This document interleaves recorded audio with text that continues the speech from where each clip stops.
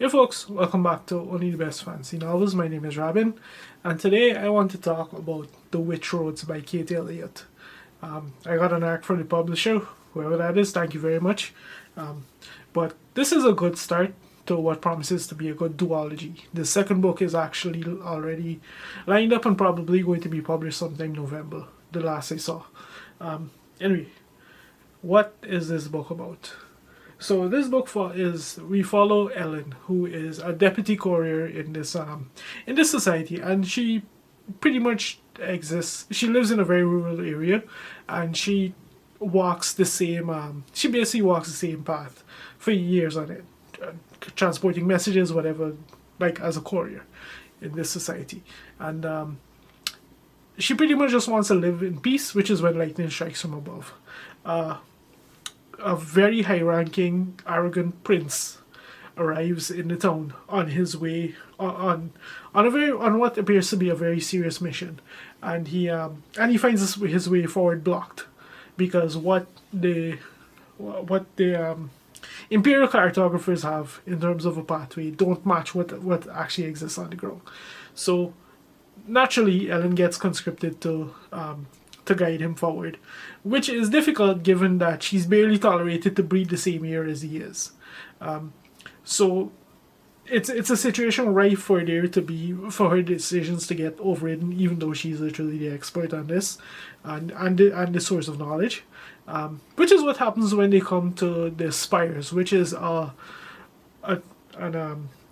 strange location left by an ancient civilization, which the locals know is haunted. Naturally, the prince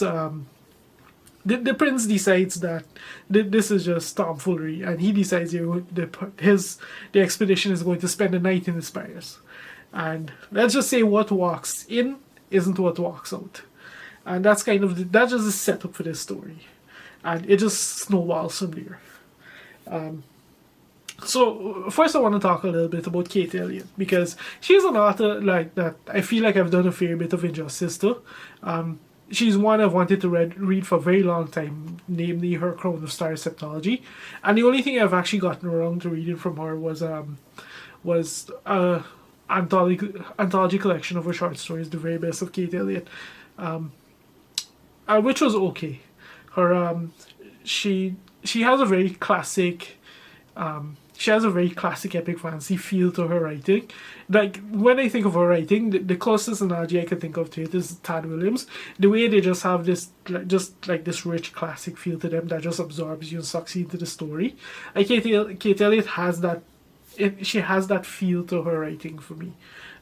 So she's someone I've really wanted to try, and she, as if that wasn't enough of a draw, she's also a member of almost like that group of female authors from like the 80s and 90s who have been given short shrift by the fantasy community, and as namely like Johnny Warts and these and Mercedes Lackey and you know those kind of authors, Karlberg and so. And now as they get a little bit more exposure, people are coming to realize just how really good those writers from that the female fantasy writers from that period were, because they had to be 5 times as good to get a fifth of the attention, and that's kind of what the niche that Kate Elliott comes from.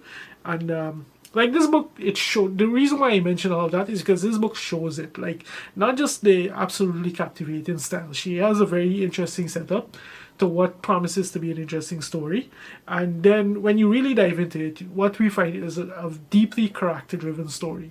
So Ellen has led a long and complicated life.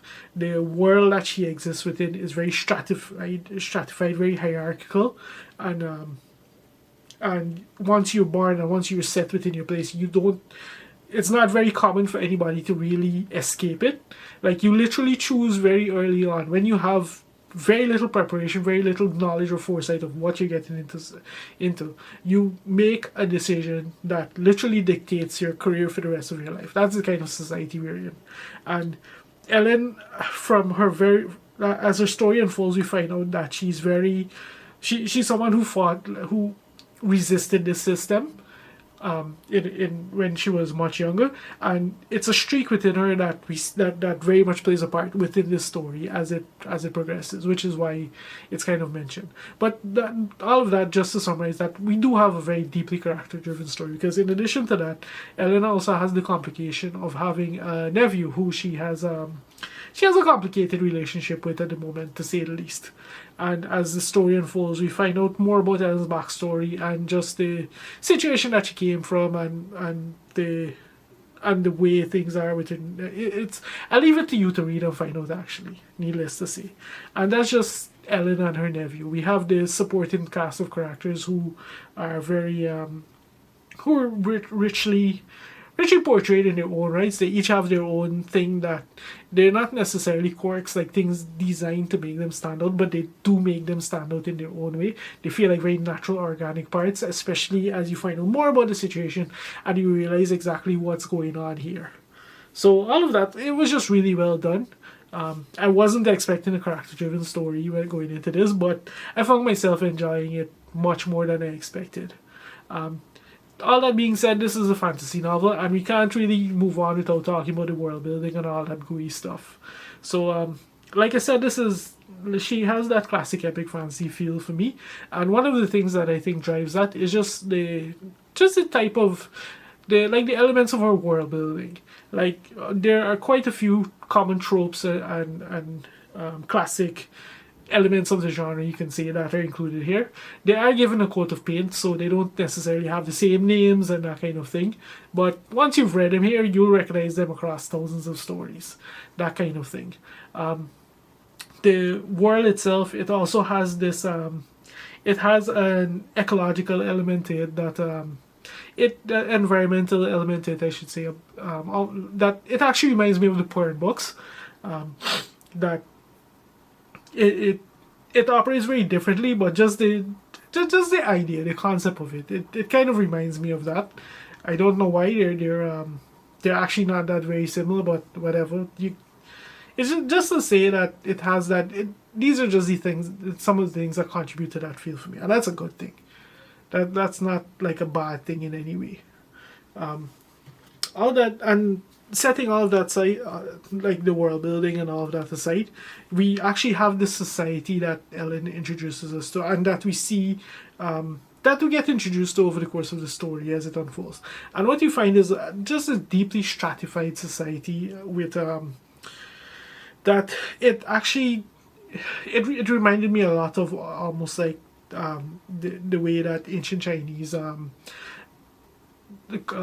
empires kind of seem to work, where they have like high levels of education and bureaucracy and that kind of thing, and in theory anyone can aspire to be anything, but it does have its own drawbacks to that kind of system, and so like, and in addition to that, like the way that some of the characters are portrayed with the over the top titles and these kind, all of that kind of gave me a vibe from that kind of setup. Like it's not like a blatant snatch and grab from that culture thrown into here, that kind of thing. It's just the way it's structured, and some of the elements of it. It reminds me, like, that would probably be like the most analogous real world example I could think of to all of that.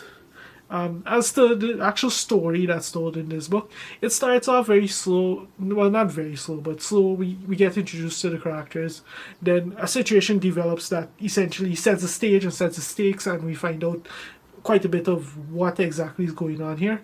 And then we set out on this journey, which is part of the setup, which itself is part of the setup, and it just goes from there. Like, it doesn't. It kind of absorbs you and sucks you in, given the nature of the story that's being told. It's not like super action packed or anything like that. It does have quite a few moments that just kind of make you stop and think on what's happening, that kind of thing. It's a bit of a slow burn for the most part, but the good kind of slow burn. Not it once again, like, I'm drawn to compare it to Tad Williams in the way that his story kind of progresses in just this slow kind of meandering way. This happens similarly, but nowhere near as slow. Like, it's not fast paced by any means, but it's not like the snail crawl that Tad would pull off. But it's same idea.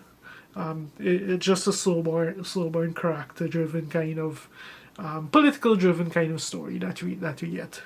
And that's why, all in all, like, it's a really good, it's a good intro to what promises to be a good duology, as I said. And it made me even more excited to finally get to her Crown of Stars septology, because if she can do all of this in one book, and what's ultimately going to be one duology, I'm very much looking forward to see what she can do with 7 massive books at her disposal. So yeah, that's my take on The Witch Rose by Kate Elliott. If you made it this far into the video, thank you very much for watching, and I'll see you next time.